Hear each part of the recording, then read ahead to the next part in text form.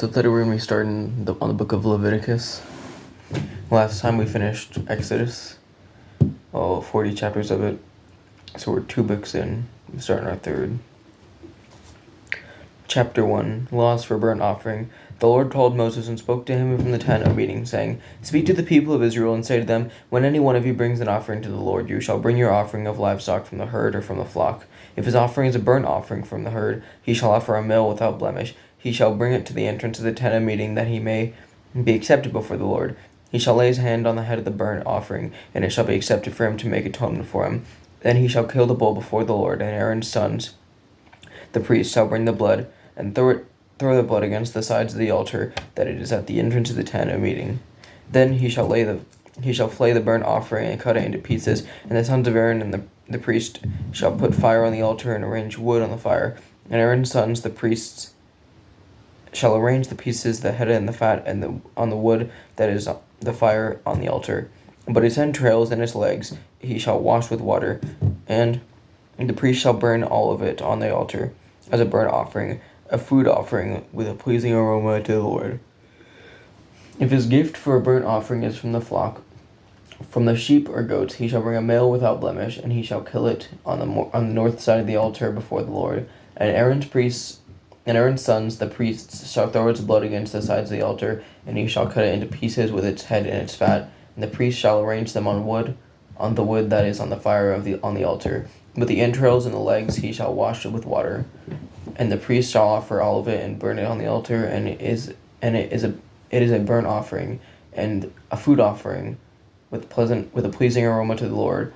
If his offering to the Lord is a burnt offering of birds, then he shall bring his offering of turtle doves or pigeons, and the priest shall bring it to the altar and wring off its head and burn it on the altar. Its blood shall be drained out on the side of the altar. He shall remove its crop with its contents and cast it beside the altar on the east side in the place for ashes. He shall tear it open by its wings, but shall not sever it completely.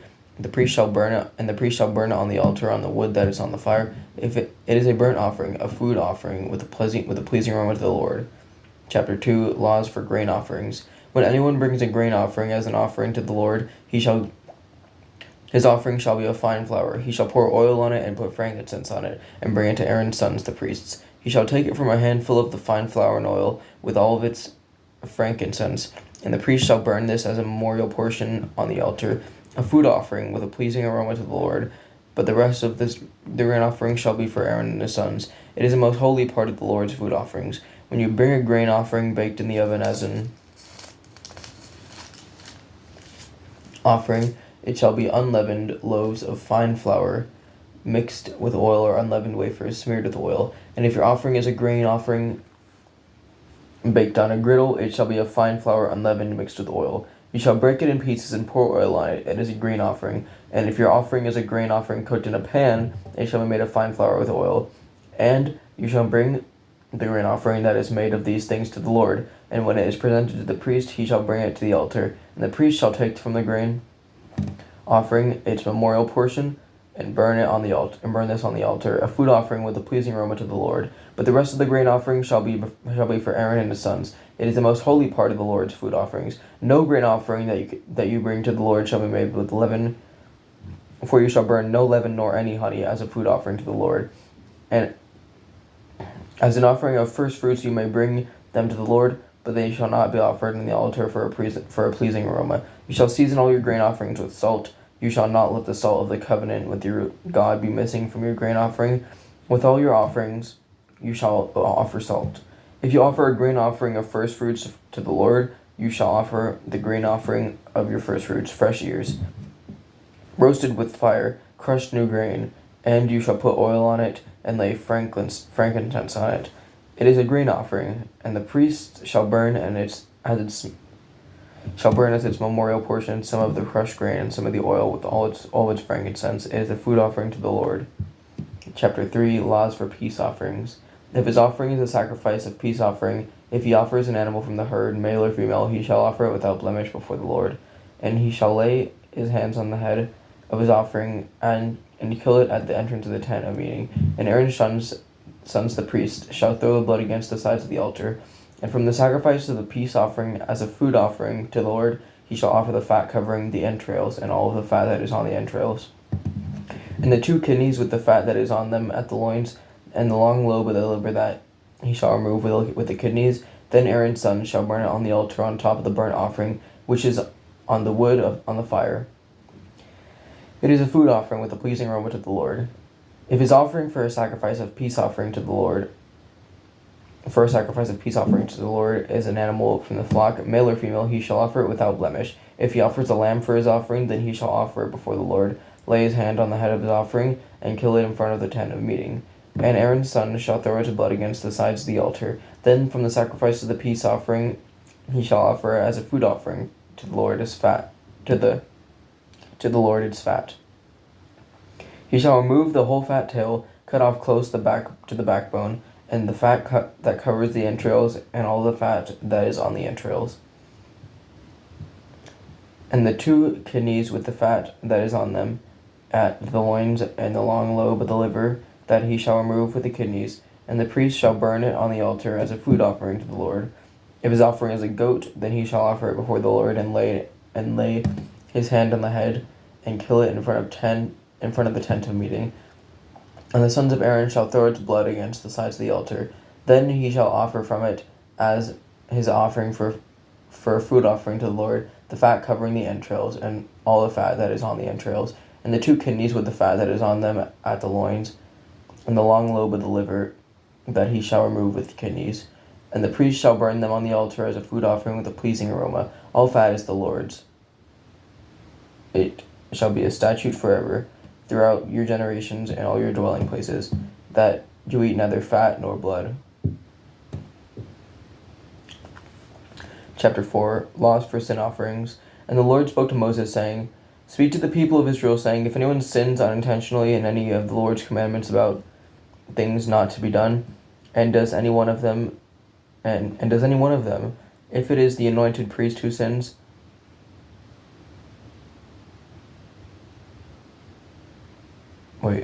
if it is the anointed priest who sins, thus bringing guilt on the people, then he shall offer for the sin that he has committed a bull from the herd without blemish to the Lord for a sin offering. He shall bring the bull to the entrance of the tent of meeting before the Lord, and lay his hand on the head of the bull, and kill the bull before the Lord. And the anointed priest shall take some of the blood of the bull and bring it into the tent of meeting. And the priest shall dip his finger in the blood, and sprinkle part of the blood 7 times before the Lord in front of the veil of the sanctuary.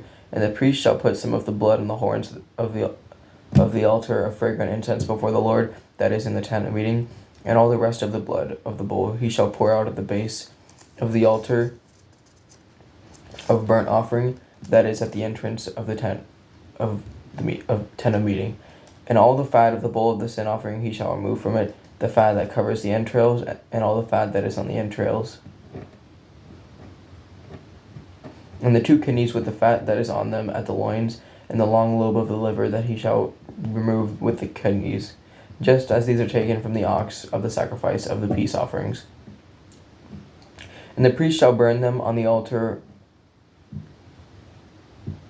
of burnt offering, but the skin of the bull and all its flesh, with its head, its legs, its entrails, and its dung, all the rest of the bull he shall carry outside the camp to a clean place, to the ash heap, and it shall burn it up on a fire of wood.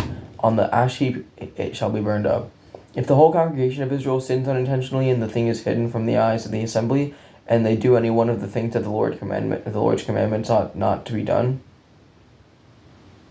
that by the Lord's commandments ought not to be done, and they realize their guilt, when the sin which they have committed becomes known, the assembly shall offer a bull from the herd for a sin offering, and bring it in front of the tent of meeting. And the elders of the congregation shall lay their hands on the head of the bull before the Lord, and the bull shall be killed before the Lord. Then the anointed priest shall bring some of the blood of the bull into the tent of meeting, and the priest shall dip his finger in the blood, and sprinkle it 7 times before the Lord in front of the veil. And he shall put some of the blood on the horns of the altar that is in the tent of meeting before the Lord. And the rest of the blood he shall pour out at the base of the altar of burnt offering, that is at the entrance to the tent of meeting, and all its fat he shall take from it and burn on the altar. Thus shall he do with the bull as he did with the bull of the sin offering. So shall he do with this, and the priest shall make atonement for them, and they shall be forgiven. And he shall carry the bull outside the camp and burn it up as he burned the first bull. It is a sin offering for the assembly. When a leader sins, doing unintentionally any one of all the things that by the commandments of the Lord his God ought not to be done, and realizes his guilt, or the sin which he has commanded is made known to him, he shall bring as his offering a goat, a male without blemish, and shall lay his hand on the head of the goat and kill it in the place where they killed the burnt offering before the Lord. It is a sin offering. Then the priest shall take some of the blood of the sin offering with his finger and put it on the horns of the altar of burnt offering, and pour out the rest of its blood at the base of the altar of burnt offering. And all its fat he shall burn on the altar like the fat of the sacrifice of peace offerings. So the priest shall make an atonement for him for his sin, and he shall be forgiven. If anyone of the common people sins unintentionally in doing any one of the things that by the Lord's commandments ought not to be done, and realizes his guilt, or the sin which he has committed is made known to him, he shall bring for his offering a goat, a female without blemish, for his sin which he has committed, and he shall lay his hand on the head of the sin offering, and kill the sin offering in the place of burnt offering. And the priest shall take some of its blood with his finger, and put it on the horns of the altar of burnt offering, and pour out all the rest of its blood at the base of the altar. And all its fat he shall remove, as the fat is removed from the peace offerings, and the priest shall burn it on the altar for a pleasing aroma to the Lord. And the priest shall make atonement for him, and he shall be forgiven. If he brings a lamb as his offering for his sin offering, he shall bring a female without blemish, and lay his hand on the head of the sin offering, and kill it for a sin offering in the place where they kill the burnt offering. Then the priest shall take some of the blood of the sin offering with his finger, and put it on the horns of the altar of the burnt offering, and pour out all the rest of the blood at the base of the altar. And all its fat he shall remove, as the fat of the lamb is removed from the sacrifice of peace offerings. And the priest shall burn it on the altar on top of the Lord's food offerings. And the priest shall make atonement for him for the sin which he has committed, and he shall be forgiven. If anyone sins, in that he hears a public adjuration to testify, and though he is a witness, whether he has seen or come to know the matter, yet does not speak, he shall bear his iniquity. Or if anyone touches an unclean thing, whether a carcass of an unclean wild animal, or a carcass of unclean livestock, or if anyone sins in that he hears a public adjuration at that sentence. That was when it started chapter 5. I don't think I said that, but we're in chapter 5 now. Or if anyone touches an unclean thing, whether a carcass of an unclean wild animal, or a carcass of unclean livestock, or a carcass of unclean swarming things, and it is hidden from him, and he has become unclean, and he realizes his guilt, or if he touches human uncleanness of whatever sort the uncleanness may be, with which one becomes unclean, and it is hidden from him, when he comes to know it or realizes his guilt, or if anyone utters with his lips a rash oath to do evil or to do good, any sort of rash oath that people swear, and it is hidden from him, when he comes to know it and he realizes the guilt in any of these, and confesses the sin he has committed, he shall bring to the Lord as compensation for the sin that he has committed a female from the flock, a lamb or goat, for a sin offering, and the priest shall make atonement for him for his sin. But if he cannot afford a lamb, then he shall bring to the Lord as his compensation for the sin that he has committed 2 turtle doves or 2 pigeons, one for a sin offering and the other for a burnt offering. He shall bring them to the priest, who shall offer the first one for the sin offering. He shall bring its head from its neck, but shall not sever it completely. And he shall sprinkle some of the blood of the sin offering on the side of the altar, while the rest of the blood shall be drained out at the base of the altar. It is a sin offering. Then he shall offer the second for a burnt offering according to the rule. And the priest shall make atonement for him for the sin that he has committed, and he shall be forgiven. But if he cannot afford 2 turtle doves or 2 pigeons, then he shall bring as his offering for the sin that he has committed 1/10 of an ephah of fine flour for a sin offering. He shall put no oil on it, and shall put no frankincense on it, for it is a sin offering. And he shall bring it to the priest, and the priest shall take a handful of it as its memorial portion, and burn this on the altar, on the Lord's food offerings.